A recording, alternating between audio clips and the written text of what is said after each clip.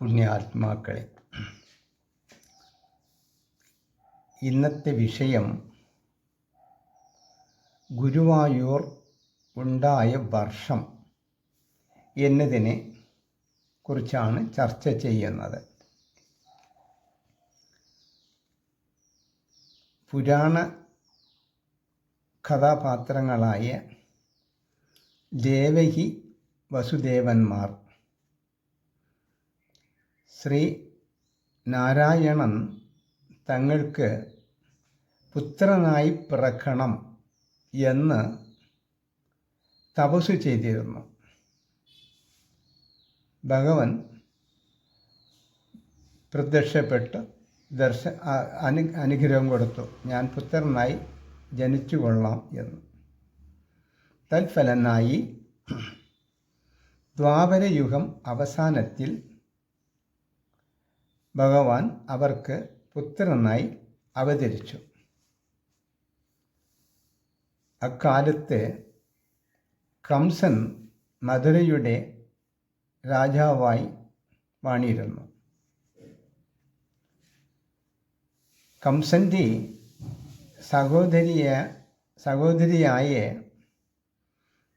ദേവകിയെ വസുദേവർ വിവാഹം ചെയ്യുന്നു. അവരുടെ വീട്ടിലേക്ക് യാത്ര അയപ്പ് കംസൻ്റെ തേരിലായിരുന്നു. അപ്പോൾ ആകാശത്തെ ഒരു അശരീരി കേട്ടു. ഏ ഹംസ, ദേവകിയിൽ ഉണ്ടാകുന്ന 8ാമത്തെ പുത്രൻ നിന്റെ ഹന്താവാണ് എന്ന്. അതോടെ കംസൻ്റെ ഭാവം മാറി. ദേവകിയെ വധിക്കാൻ വരെ പുറപ്പെട്ടു. പലതും പറഞ്ഞ് പിന്തിരിപ്പിച്ചെങ്കിലും കംസൻ പിന്തിരിഞ്ഞില്ല. പിന്നീട് ചില വാക്കുകൾ പറഞ്ഞ് സത്യം ചെയ്യിച്ചു. അങ്ങനെ കംസനെ പിന്തിരിപ്പിച്ചു. പിന്നീട് കംസൻ അവരെ ജയിലിൽ അടയ്ക്കുന്നു. ജയിലിൽ വെച്ച് തന്നെയാണ് ദേവകിക്ക് പ്രസവങ്ങളൊക്കെ നടക്കുന്നത്. അങ്ങനെ 8ാമത്തെ പുത്രനെ അവർ പ്രസവിച്ചു. ആ പ്രസവം നടന്നത് കാവൽക്കാരോ മറ്റ് ആരുമേ അവിടെ അറിഞ്ഞിരുന്നില്ല.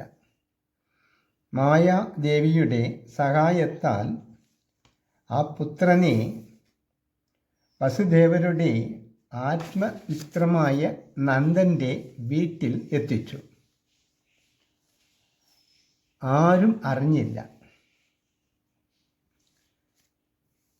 കാര്യങ്ങളെല്ലാം കഴിഞ്ഞ ശേഷം പ്രസവം നടന്നതായി കംസൻ അറിയുന്നു. വന്നു നോക്കിയപ്പോൾ പെൺകുട്ടിയെയാണ് കംസന് കാണാൻ കഴിഞ്ഞത്. നന്ദൻ്റെ ഗൃഹത്തിൽ വെച്ച് ആ കുട്ടിക്ക് കൃഷ്ണൻ എന്ന് നാമകരണം ചെയ്യപ്പെടുന്നു. പിന്നീട് ആ കുട്ടിയാൽ കംസൻ കൊല്ലപ്പെടുകയും മാതാപിതാക്കൾ ജയിൽ മോചിതരാവുകയും ചെയ്യുന്നു.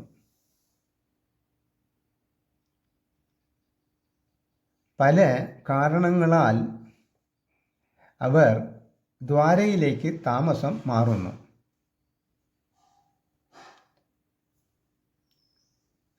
കൃഷ്ണൻ ഭൂമിയിൽ 125 വർഷമാണ് ലീലകൾ ആടി ജീവിച്ചത്.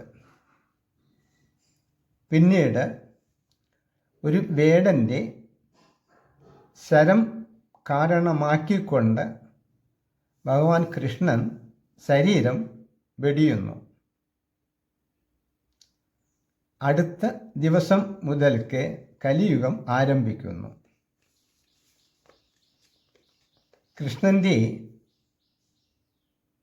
ശരീരവിയോഗത്തോടെ ദ്വാരക സമുദ്രത്തിൽ ആണ്ടുപോകുന്നു. വസുദേവർ പൂജിച്ചിരുന്ന ഭഗവത് വിഗ്രഹം തിരമാലകളാൽ ഒഴുകി നടക്കുന്നു. അത് ഒഴുകി കേരളീയരുടെ ഭാഗ്യത്താൽ കേരളത്തിൽ തൃശ്ശൂർ മമ്മിയൂർ കരയിലേക്ക് അടുക്കുന്നു. ദൈവനിയോഗത്താൽ ആ വിഗ്രഹത്തെ ദേവഗുരുവാകുന്ന ബൃഹസ്പതിയും വായുവും കൂടി എടുത്ത് വരവേ മമ്മിയൂർ അപ്പനായി എന്ന പരമേശ്വരൻ ഈ വിഗ്രഹം പ്രതിഷ്ഠിക്കുവാൻ വേണ്ടി ഒരു ഗ്രാമം അവർക്കായി വിട്ടുകൊടുക്കുന്നു.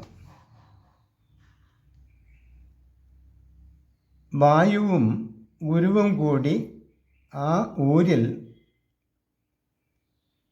പ്രതിഷ്ഠ നടത്തുന്നു.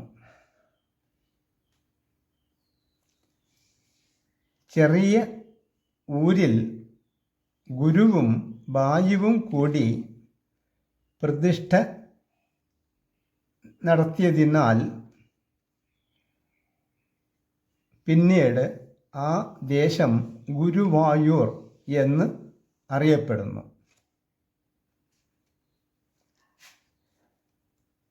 ഈ സംഭവം നടന്നിട്ട് 5127 വർഷം ഇപ്പം ആവുകയാണ്.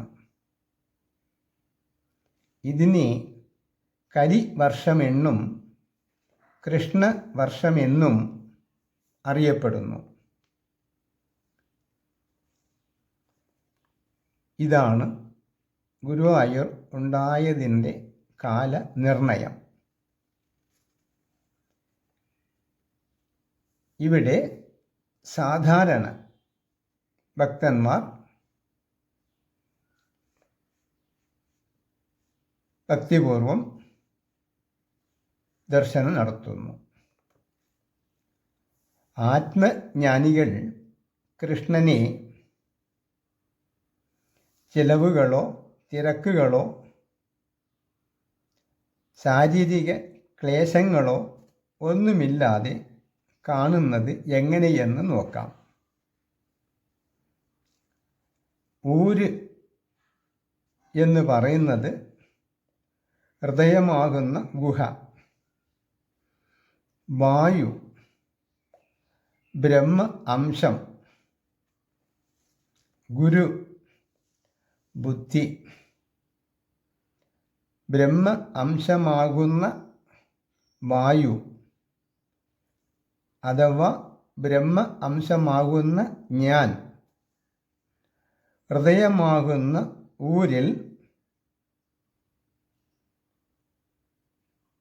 ഗുരുവാകുന്ന ബുദ്ധിയാൽ പ്രതിഷ്ഠിക്കപ്പെട്ടിരിക്കുന്നു. അതിനെ സ്വസ്ഥമായിരുന്ന് ധ്യാനിക്കുന്നതോടെ കൃഷ്ണാനന്ദം ഉണ്ടാകും. തത്വമസിയുടെ ബോധം തെളിയും. ഇതാണ് ആധ്യാത്മികമായുള്ള സത്യം. ഹരി ഓം.